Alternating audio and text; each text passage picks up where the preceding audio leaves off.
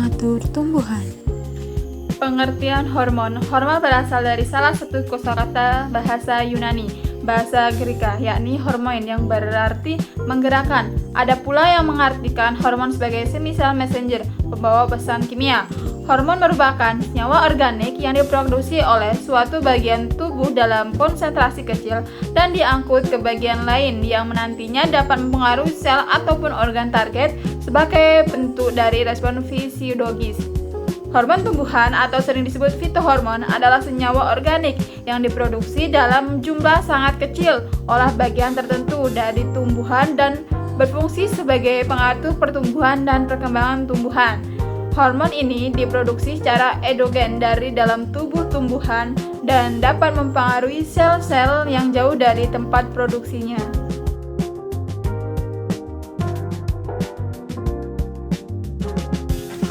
Selanjutnya itu pengertian zat pada tumbuhan atau juga disebut dengan ZPT. ZPT merupakan akronim dari zat pengatur tumbuh dalam istilah asing. ZPT juga disebut dengan PGR, Plant Growth Regulator. ZPT didefinisikan sebagai bahan kimia dan sederhana yang diproduksi secara alami dan tanaman untuk mengatur pertumbuhan dan perkembangannya. Peranannya sangat penting bagi pertumbuhan dan perkembangan tanaman. Biasanya ZPT dengan unsur hormon alami disebut fitohormon, senyawa organik yang bukan hara. Fitohormon secara alami terletak di beberapa bagian tumbuhan seperti akar, daun, batang, dan buah. Secara kuantitas dalam jumlah yang sedikit, ZPT dapat memicu, menghambat, dan dapat merubah proses fisiologi, morfologi, dan biokimia pada tanaman. Selanjutnya itu ciri-ciri hormon. Yang pertama itu ada diproduksi dalam jumlah sangat kecil. Hormon tumbuhan dihasilkan dalam konsentrasi yang sangat rendah, tetapi tetap memberikan efek besar pada pertumbuhan dan perkembangan. Yang kedua, dihasilkan oleh bagian tubuh tertentu, misalnya auksin dihasilkan di ujung batang atau daun muda, tetapi dapat berpindah ke bagian lain tumbuhan. Yang ketiga, bekerja pada lokasi yang berbeda dari tempat pembentukannya.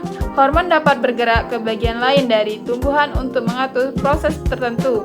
Misalnya, auksin diproduksi di pucuk tetapi memengaruhi akar.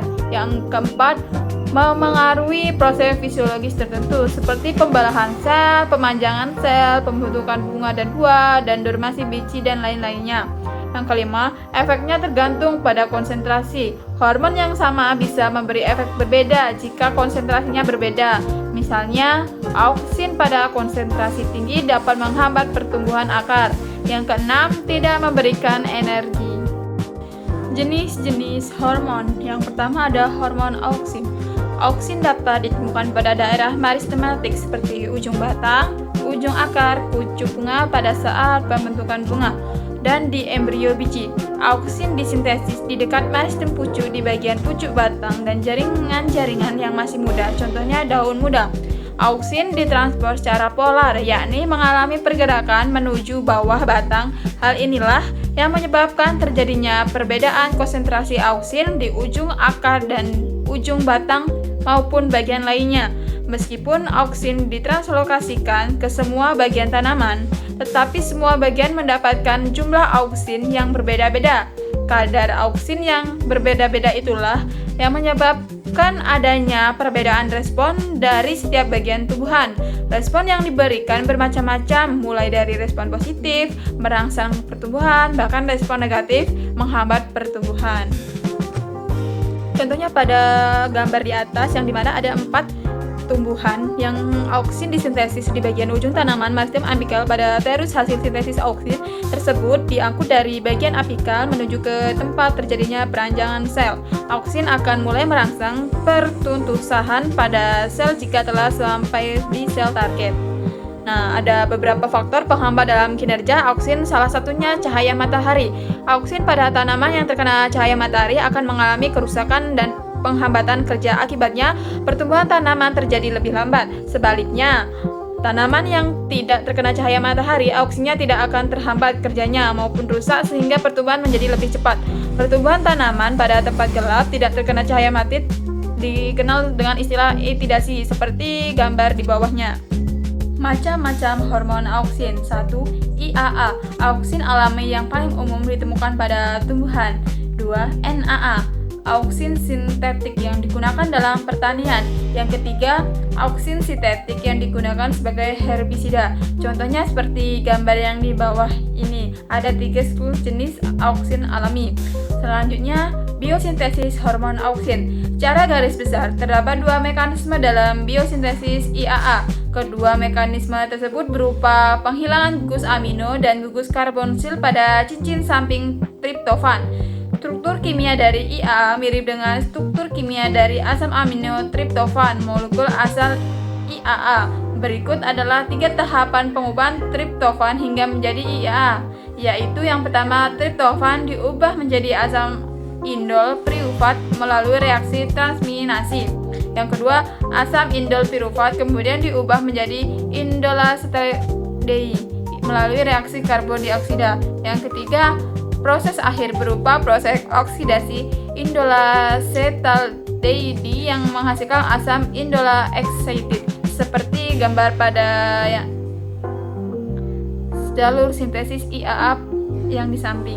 Proses pengangkutan hormon auksin. Secara garis besar, hormon pada tanaman ditransfer melalui 2 cara, yaitu 1. Basipetal, pengangkutan hormon dari atas pucuk ke bagian bawah, dan cara ini bersifat polar, memerlukan energi yang berasal dari metabolisme. Contohnya pada di samping ini yaitu proses pengangkutan secara polar. Yang kedua, akropetal, pengangkutan hormon dari bawah ke bagian atas dan tidak memerlukan energi non-metabolik, contohnya difusi. Fungsi dan faktor-faktor hormon auksin. 1. Memacu proses pemanjangan sel atau pertumbuhan. 2. Menghambat pembentukan tunas lateral sehingga mengakibatkan terjadinya dominasi apikal. Yang ketiga, membentuk akar adventif. Yang keempat, merangsang terbentuknya xilem dan flem oleh kambium, menjaga elastisitas dinding sel dan membentuk dinding sel primer, dinding sel yang pertama kali dibentuk pada tumbuhan. Yang kelima, menghambat rontoknya buah dan merangsang pengguguran daun atau disebut dengan absisi. Yang keenam, membantu proses pembentukan buah tanpa biji. Yang ketujuh, mendorong terbentuknya serabut-serabut akar dan akar lateral.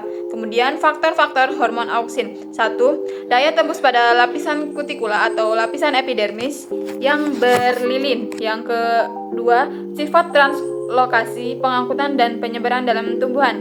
Yang ketiga, transformasi auksin aktif menjadi inaktif dalam tanaman, destruksi atau pengikatan. Yang keempat, hubungan dengan hormon tumbuhan golongan lainnya. Yang kelima, spesies tanaman yang akan diberikan auksin sintetik. Yang keenam, fase pertumbuhan dari tanaman. 7. Faktor-faktor lingkungan seperti kelembapan, suhu, dan radiasi. 2. Hormon giberlin. Giberlin merupakan hormon yang berpengaruh dalam proses perkembangan dan perkecambahan pada suatu tanaman saat bekerja sama dengan matahari. Giberlin mampu mempengaruhi proses perkecambahan sebab giberlin mampu merangsang pembentukan enzim amilase. Enzim amilase merupakan enzim yang berperan dalam pemecahan senyawa amilum di dalam endosperm dengan cadangan makanan tumbuhan. Energi yang dibutuhkan oleh benih untuk berkecambah berasal dari hasil perombakan cadangan makanan tersebut. A. Macam-macam hormon giberlin. Hormon giberlin berdasarkan jumlah atom C-nya dapat dikelompokkan menjadi 2 kelompok besar, yakni giberlin yang mengandung 19 atom C dan yang mengandung 20 atom C. Sedangkan berdasarkan letak gugus hidroksilnya, giberlin dikelompokkan menjadi 2, yakni giberlin yang memiliki gugus hidroksil pada atom C ke-13 dan pada atom ke-3. Semua molekul giberlin memiliki gibenselekton. Secara garis besar, giberlin terbagi menjadi 2 kelompok besar, yakni giberlin endogen dan giberlin eksogen atau disebut dengan sintetik. Giberlin endogen terdiri dari GA1, SD, GA58, contohnya pada jagung, tepung, kacang tanah, dan pisang. Terdapat GA1 dan pada biji mentimun yang masih muda terdapat GA7. Giberlin sintetik yang paling terkenal adalah GA3, tetapi ada juga GA4, GA7, dan GA9. B. Biosintesis hormon giberlin. Biosintesis giberlin atau disebut dengan GA pada tumbuhan melibatkan serangkaian reaksi yang dikatalisis oleh enzim, dimulai dari prekursor yang disebut Grenli-Gerli perovskite PT atau disebut dengan GGPP dalam plastida dan dilanjutkan dengan oksidasi di retikulum endoplasma untuk membentuk gibberellin bioaktif. Proses ini dapat dibagi menjadi 3 tahap utama. 1. Biosintesis et Cowren dalam proplastida. 2. Konversi et Cowrene menjadi GA12 melalui monosigenase sitokrom P450 mikrosomal, dan yang ketiga itu pembentukan C20 dan C19 GA dalam sitoplasma. Proses pengangkutan hormon gibberellin. Hormon gibberellin yang disintesis oleh tanaman di semua jaringan yang sedang mengalami pertumbuhan dan diferensiasi. Biji dan buah yang sedang berkembang diangkut melalui jaringan pembuluh floem dan xilem, serta melalui sintesis simplas dan apoplas. Proses pengangkutan polar tidak berlaku bagi semua hormon, salah satunya gibberellin. Beberapa fakta menjelaskan bahwa hormon gibberellin serta sitokonin ditranslokasikan bukan dalam bentuk bebas. Gibberellin yang banyak ditranslokasikan biasanya dalam bentuk GA cadangan, yakni GA glukosidasa. GA glukosida terdapat pada eksudat jaringan floem pada beberapa tanaman seperti bunga matahari, kacang kapri, anggur, dan lain sebagainya. Eksudat floem dan xilem mengandung gibberellin, sitokonin, dan asam absisat dalam bentuk yang terikat, tidak bebas. Fungsi hormon gibberellin: A. Meningkatkan tinggi tanaman seperti pada gambar yang di samping. B. Pembungaan. C. Parthenokarpi, yaitu buah tanpa biji. D. Mengundurkan pematangan dan pemasakan. E. Memecah massa dormansi. F. Stimulasi aktivitas kambium dan perkembangan xilem. G. Meningkatkan kadar oksid. Hormon sitokonin. Sitokonin merupakan senyawa yang memiliki struktur seperti adenin yang mampu memacu terjadinya pembelahan sel. Jika dilihat dari struktur kimianya, sitokonin memiliki rantai samping yang kaya akan karbon dan hidrogen yang melekat di nitrogen bagian puncak cincin purinnya. Bentuk dasar sitokonin adalah 6 amino purin atau yang dikenal dengan nama adenin. Adenin menjadi penentu aktivitas dari setiap jenis sitonin. Selain ditemukan pada jamur atau fungi, bakteri, RNA, organisme prokaryotik dan eukaryotik. Sitokonin dapat pula ditemukan pada spesies tanaman tingkat tinggi. Sitokonin dapat ditemui pada beberapa spesies tanaman tingkat tinggi, sebagaimana pula pada jamur, bakteri, RNA, prokaryotik, dan eukaryotik. Bakteri dan jamur patogen mengandung sitokonin yang berpengaruh dalam proses penyebaran penyakit. Namun, sitokonin di sini tidak berperan sebagai patogen. Justru sitokonin berperan positif dalam hubungan mutualistik dengan tumbuhan, contohnya dalam pembentukan mikroza dan bintil-bintil akar. Selanjutnya, macam-macam hormon sitokonin. Secara garis besar, sitokonin terbagi menjadi 2 kelompok utama, yaitu sitokonin alami, contohnya zeatin dan kinentin, dan sitokonin buatan atau sintetik, contohnya benzimaminoporil atau BAP. Kinentin merupakan jenis sitokonin yang paling pertama ditemukan yang memiliki kemampuan dalam proses pembelahan sel. Diferensiasi pada suatu jaringan merupakan hasil kerja dari kinentin atau sitokonin dan auksin yang saling bersinergi. Dewasa ini terdiri dari 200 jenis sitokonin, baik itu sitokonin alami maupun sintetik yang telah dikombinasikan sesemua jenis sitokonin. Endogen memiliki isopentil adenin yang merupakan struktur dasarnya. Modifikasi hanya terletak pada urutan ke-9 dari cincin adeninnya. BAP merupakan jenis sitokonin yang paling sering digunakan. BAP akan bekerja aktif jika diberi pada bagian tunas atau pucuk suatu tumbuhan dan akan mendorong proliferasi tunas, munculnya tunas dengan jumlah dari 1. Selanjutnya B. Biosintesis hormon sitokonin. Biosintesis sitokonin terjadi pada ujung akar dan nodul akar, embrio dan endosperm biji yang sedang berkembang. Sitokonin juga banyak terkonsentrasi di daerah meristematik yang masih aktif tumbuh, misalnya di daun muda. Meristem apikal serta buah yang sedang berkembang, namun sedikit pada jaringan yang sudah tua atau jaringan tidak meristematik. Asetil atau KOA merupakan senyawa utama yang berperan sebagai prekursor utama dalam sintesis sitokonin. Selain berperan dalam sintesis sitokonin, asetil KOA juga berperan dalam sintesis gibberellin. karetonid, dan asam absisat.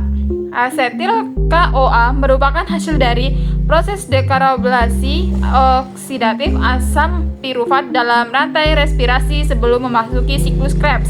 Asetil CoA inilah yang nantinya akan memasuki siklus asam mevalonat yang kemudian membentuk sitokonin. Tahap pertama biosintesis sitokonin ialah penambahan isopentil di rantai samping DMAPP sehingga menjadi adenosine. Pada tumbuhan serta bakteri, enzim-enzim IPT yang digunakan akan berbeda pada setiap substrat yang digunakan. Pada tumbuhan biasanya digunakan ADP dan ATP, sedangkan pada bakteri berupa AMP.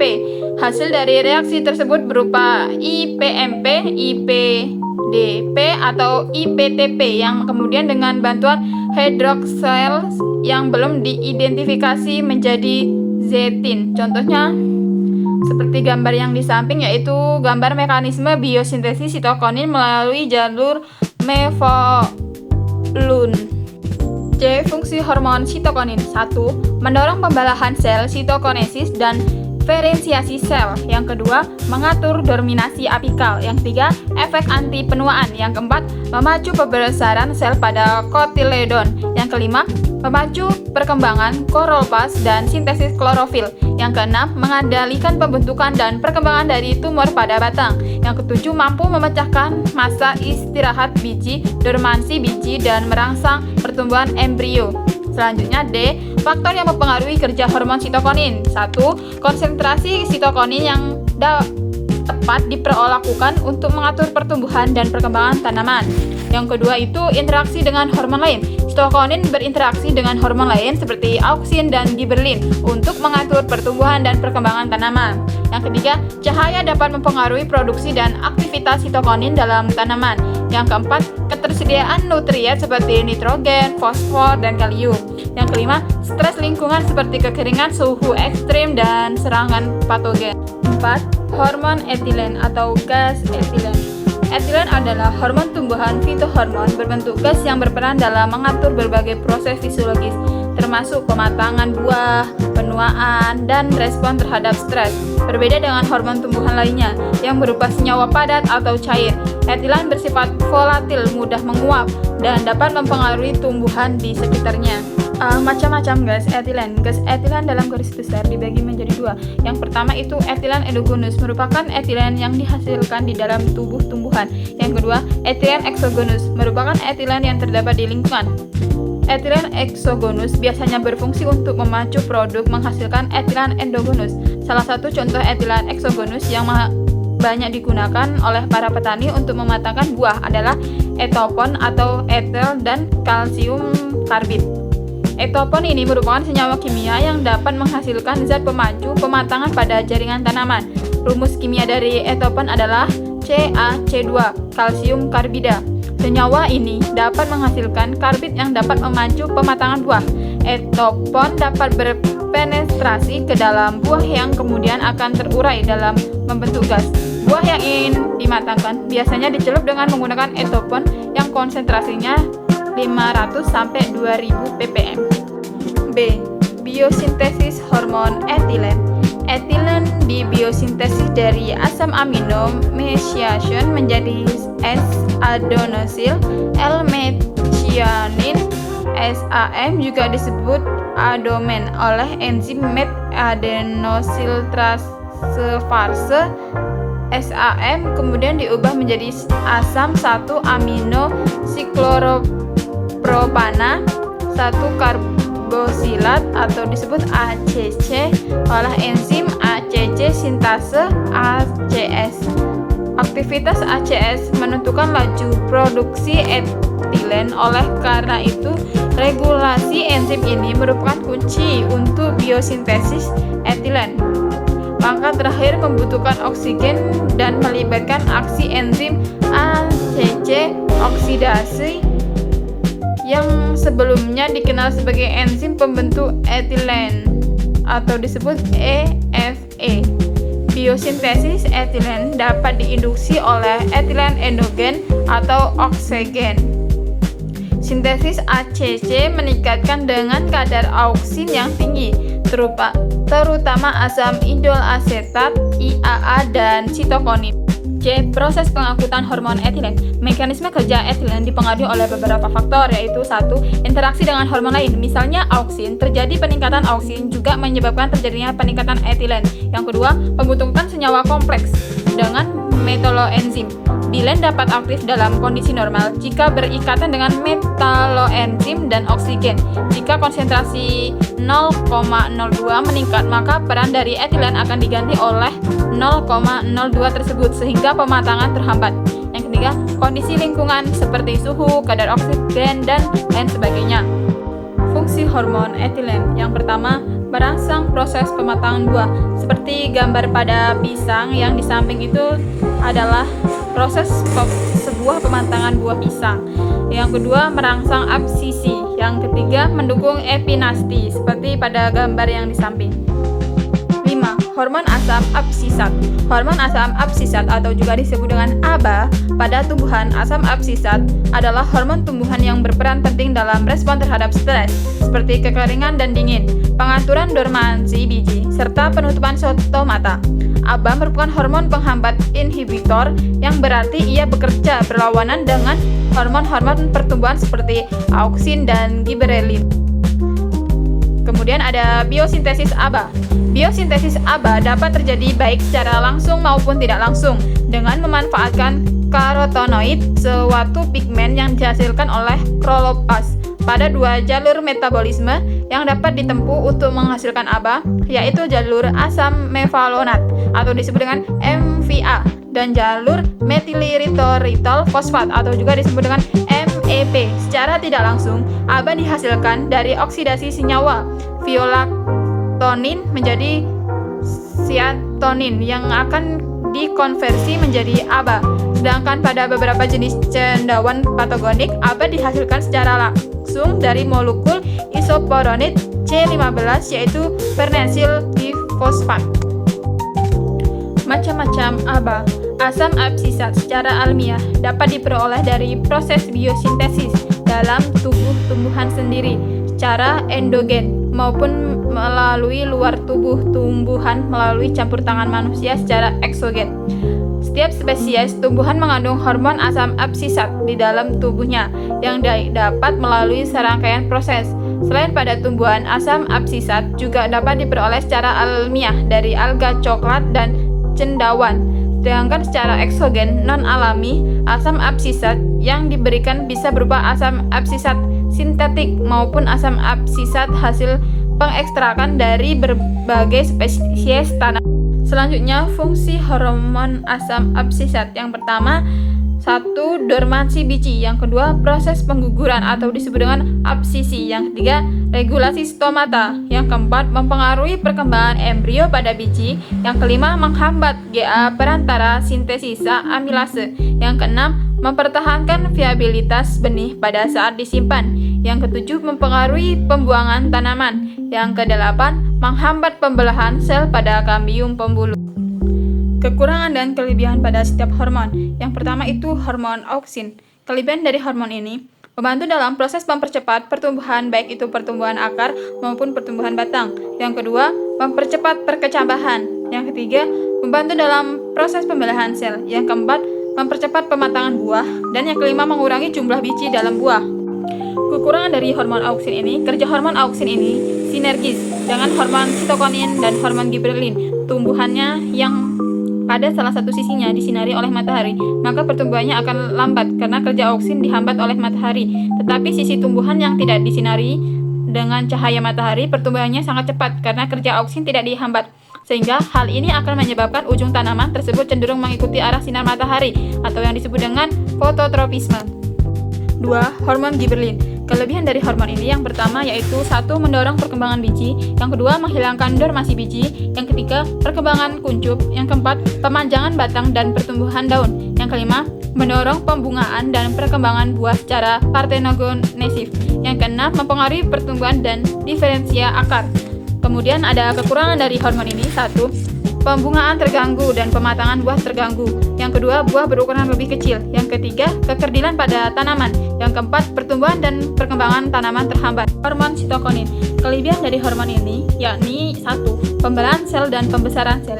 Sitokin memegang peran penting dalam proses pembelahan dan pembesaran sel sehingga akan memacu kecepatan pertumbuhan tanaman. Yang kedua, pemantahan dermasi biji. Sitokin berfungsi untuk mematahkan damansi tidak mau berkecambah pada biji-bijian tanaman. Yang ketiga, pembentukan tunas-tunas berturut dipacu dengan penggunaan sitokin. Yang keempat, penundaan penuaan atau kerusakan pada hasil panen sehingga lebih awet. Yang kelima, menaikkan tingkat mobilitas unsur-unsur dalam tanaman. Yang keenam, sintesis pembentukan protein akan meningkat dengan pemberian sitokin. Ada pula kekurangan dari hormon ini yaitu menghambat efek dominasi apikal oleh auksin. Yang keempat, hormon etilen. Kelebihan dari hormon ini yakni 1. Mendorong pematangan, 2. Mengakhiri masa dormansi, yang ketiga pembentukan akar adventif, yang keempat merangsang absisi buah dan daun, yang kelima merangsang induksi buah bromeliad, yang keenam induksi sel kelamin betina pada bunga. Kekurangan dari hormon ini 1. Memberikan pengaruh yang berlawanan dengan beberapa pengaruh dari hormon auksin. Yang kedua, mendorong atau menghambat pertumbuhan dalam perkembangan akar, daun, batang, dan bunga. Yang terakhir yakni hormon asam absisat. Kelebihan dari hormon ini 1. Membantu tumbuhan menghemat air dengan menutup stomata sehingga tumbuhan dapat bertahan hidup di lingkungan yang kering. Yang kedua, membantu tumbuhan melindungi diri dari kerusakan akibat stres lingkungan seperti suhu ekstrim dan serangan patogen. Dan yang ketiga, dapat mengatur pertumbuhan tumbuhan dengan menghambat pertumbuhan yang tidak diinginkan. Ada pula kekurangan dari asam absisat ini. 1. Dapat menghambat pertumbuhan tumbuhan secara keseluruhan sehingga dapat mempengaruhi hasil panen. Yang kedua, dapat mengurangi produktivitas tumbuhan dengan menghambat proses fotosintesis dan metabolisme lainnya. Dan yang terakhir, dapat mengganggu perkembangan tumbuhan seperti pembentukan bunga dan buah.